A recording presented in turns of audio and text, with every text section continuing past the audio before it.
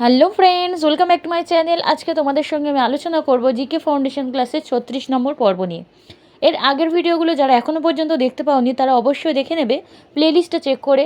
সেখানে বিভিন্ন সাবজেক্টের উপরে আমি আলাদা আলাদা করে তোমাদের জন্য ভিডিও রেখেছি। প্রত্যেকটা চ্যাপ্টার আলাদা আলাদা করে ডিসকাস করা হয়েছে। যারা এভাবে ক্লাস পেতে চাইছো তারা অবশ্যই দেখো। আর আজকের ভিডিওটা তো অবশ্যই শেষ পর্যন্ত দেখবে, তাহলে বুঝতে পারবে অন্যান্য ভিডিওগুলো কতটা গুরুত্বপূর্ণ ভিডিও।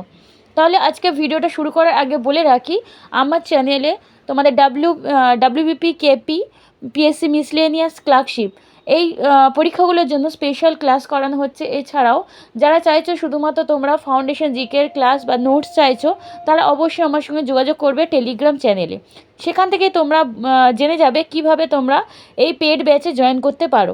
এছাড়াও টেলিগ্রাম চ্যানেলে টেলিগ্রাম যে গ্রুপ আছে সেখানে তোমরা প্রতিদিন রাত 9টার সময় বিভিন্ন কুইজ অ্যাটেম্প্ট করতে পারবে। প্রায় 1 ঘন্টার উপরে ক্লাস করানো হয়, বিভিন্ন সাবজেক্টের উপরে জিকে থাকে।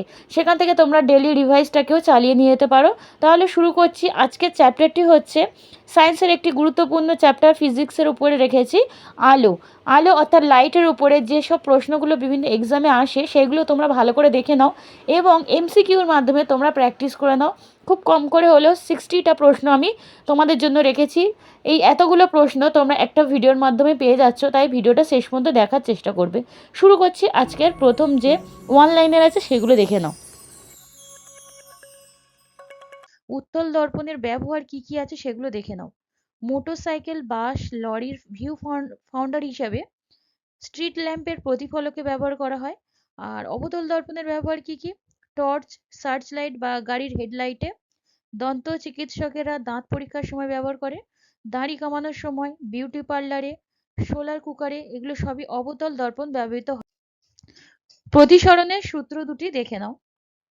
আপাতিত রশ্মি, প্রতিসৃত রশ্মি ও আপতন বিন্দুতে দুই মাধ্যমের বিভেদ তলের উপর অঙ্কিত অভিলম্ব একই সমতলে থাকে। এটা 1 নম্বর সূত্র। 2 নম্বর, দুটি নির্দিষ্ট মাধ্যম ও নির্দিষ্ট বর্ণের আলোক রশ্মির প্রতিসরণের ক্ষেত্রে আপতন কোণের সাইন ও প্রতিসরণ কোণের সাইনের অনুপাত ধ্রুবক হয়, মানে সমান হয়। এবার প্রথম যে এমসিকিউ আছে সেটা দেখে নাও। আলোক হলো এক প্রকার অনুদৈর্ঘ্য তরঙ্গ, তির্যক তরঙ্গ, তড়িৎ চুম্বকীয় তরঙ্গ না তির্যক ও তড়িৎ চুম্বকীয় তরঙ্গ? আলোক হলো তির্যক ও তড়িৎ চুম্বকীয় তরঙ্গ। চকচকে স্টিলের চামচের ভিতরের পৃষ্ঠ কিসের মতো আচরণ করে? উত্তল দর্পণ, অবতল দর্পণ, সমতল দর্পণ না অবতল লেন্স? এটি অবতল দর্পণের মতো আচরণ। একটি আলোক রশ্মি লম্বিত আপতিত হলে প্রতিফলন কোণ কত হবে? 180 ডিগ্রি, 0 ডিগ্রি, 90 ডিগ্রি না 45 ডিগ্রি? যদি লম্বভাবে আপতিত হয় তাহলে প্রতিফলন কোণ হবে 0 ডিগ্রি, অর্থাৎ 90 ডিগ্রি যদি হয় তাহলে 90 মাইনাস 90 হলে 0 ডিগ্রি। একটি সমতল দর্পণের বক্রতার ব্যাসার্ধ কত হয়? অপশন 0, অসীম, 25 সেমি না 1 সেমি? একটি সমতল দর্পণের বক্রতার ব্যাসার্ধ হলো অসীম। আলোর প্রতিসরণের প্রথম প্রবক্তা কে? সিভি রমন, স্নেল, টলেমি না নিউটন? আলোর প্রতিসরণের প্রথম প্রবক্তা হলেন টলেমি, আর দ্বিতীয় প্রবক্তা যদি বলা হয় তাহলে স্নেল। নেক্সট, আলোর প্রতিসরণে অপরিবর্তিত থাকে কি? কম্পাঙ্ক, তরঙ্গদৈর্ঘ্য, বেগ না প্রশস্ততা? আলোর প্রতিসরণে অপরিবর্তিত থাকে কম্পাঙ্ক। রঙিন কাঁচ গুঁড়ো করলে সাদা দেখায়, এর কারণ কি? প্রতিসরণ, বিক্ষিপ্ত প্রতিফলন, বিচ্ছুরণ না শোষণ? রঙিন কাঁচ গুঁড়ো করলে সাদা দেখায়, এর কারণ হলো বিক্ষিপ্ত প্রতিফলন। রামধনু সৃষ্টির কারণ কি?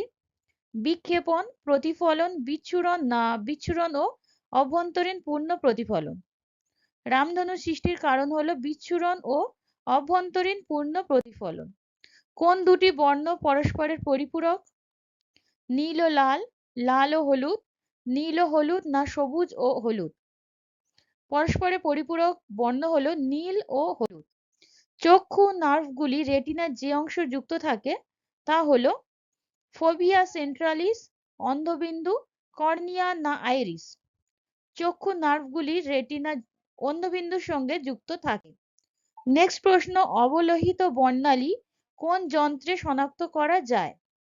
স্পেকট্রোমিটার, বোলোমিটার, ন্যানোমিটার না ফোটোমিটার? অবলোহিত বর্ণালী বোলোমিটার যন্ত্রে শনাক্ত করা যায়। অ্যাংস্ট্রম একক কি নির্ণয়ে ব্যবহৃত হয়? দূরত্ব নির্ণয়ে, গতিবেগ নির্ণয়ে, কম্পাঙ্ক নির্ণয়ে না সময় নির্ণয়ে?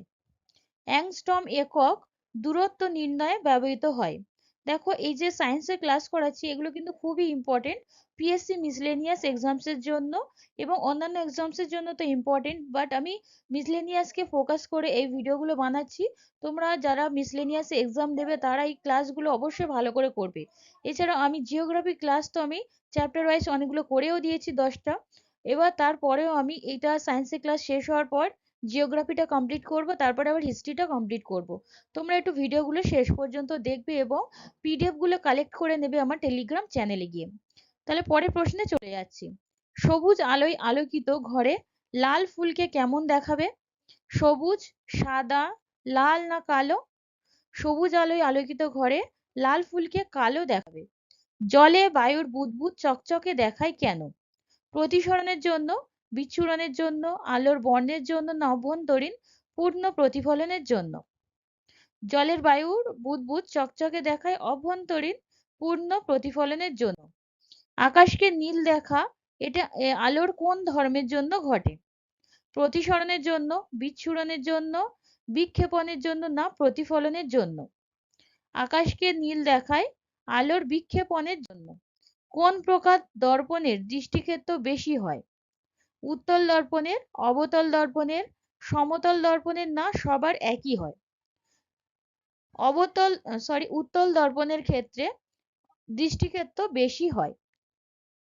পদার্থবিদ্যায় নোবেলজয়ী সিভি রমনের গবেষণা আলোর কোন ধর্মের সাথে সম্পর্কিত?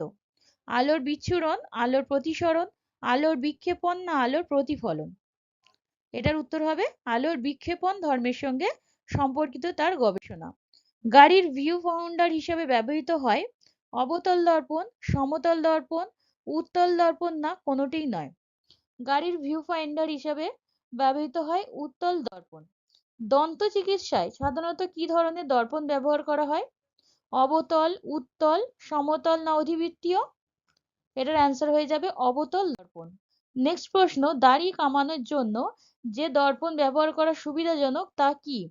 উত্তল দর্পণ, অবতল, অধিবৃত্তাকার না সমতল দর্পণ?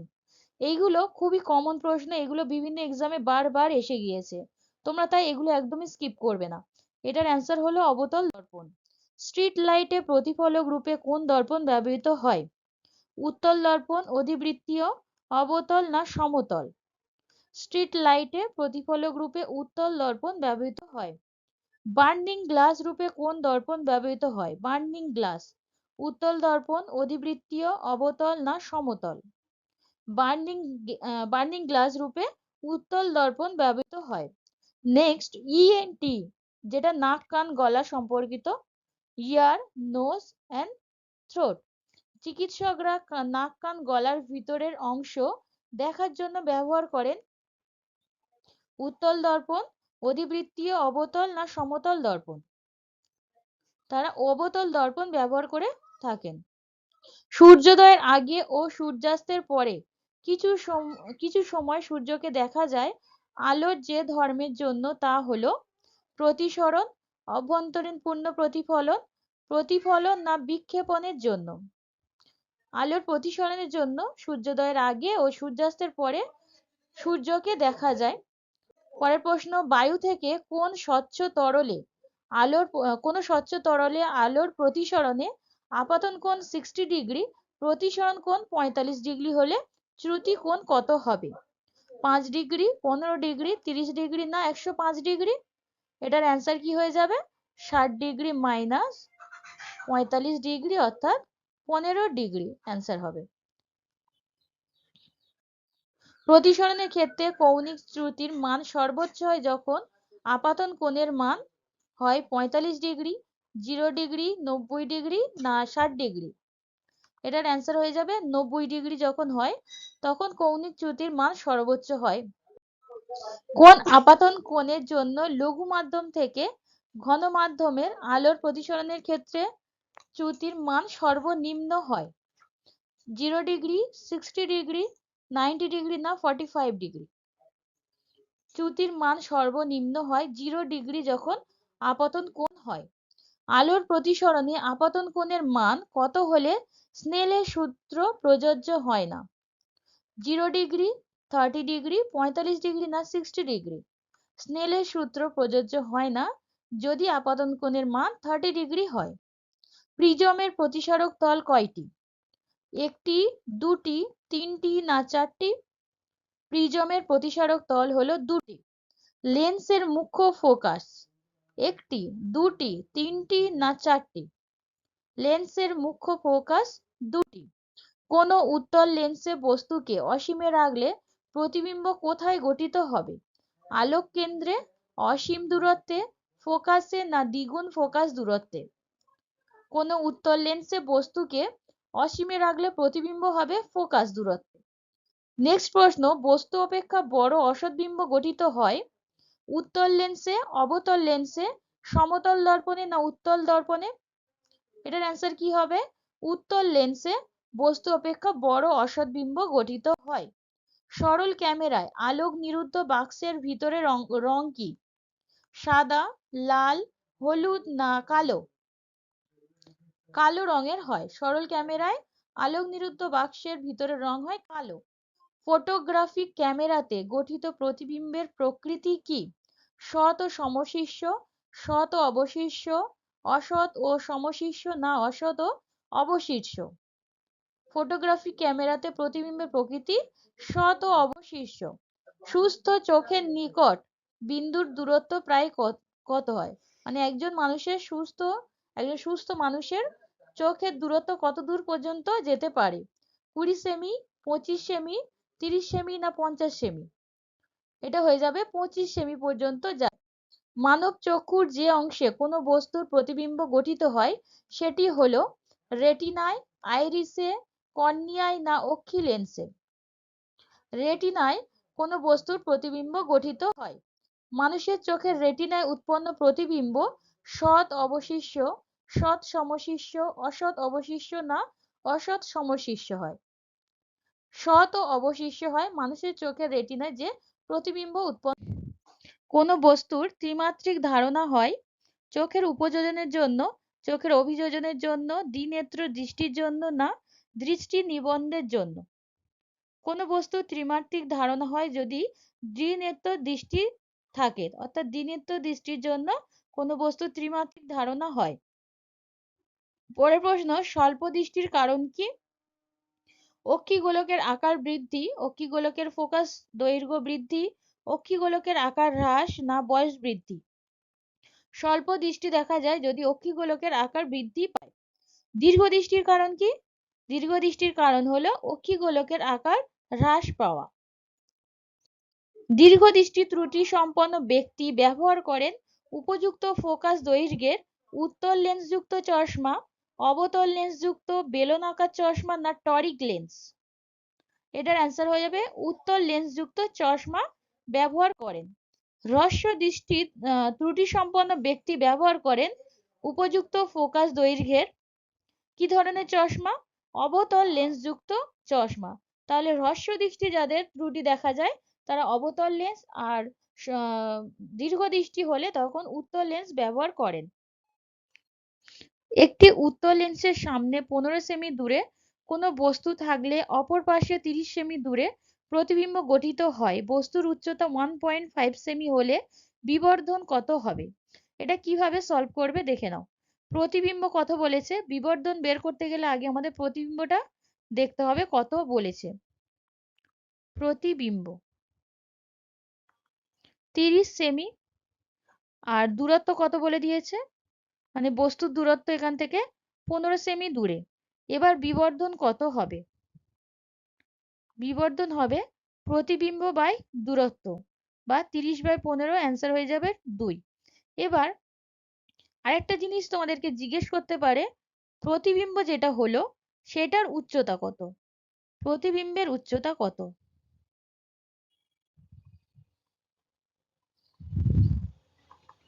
প্রতিবিম্বের উচ্চতা হলো বস্তুর যে উচ্চতাটা বলে দিয়েছে 1.5, তাহলে তার সাথে 2 গুণ করলে হয়ে যাবে প্রতিবিম্বের উচ্চতা। এবার এখানে অপশন আছে 2, 3, 4 না 5। এখানে তো আমরা বিবর্ধনের অ্যান্সার কত পেয়েছি? 2। চোখের কর্নিয়া সংরক্ষণে কি ব্যবহৃত হয়?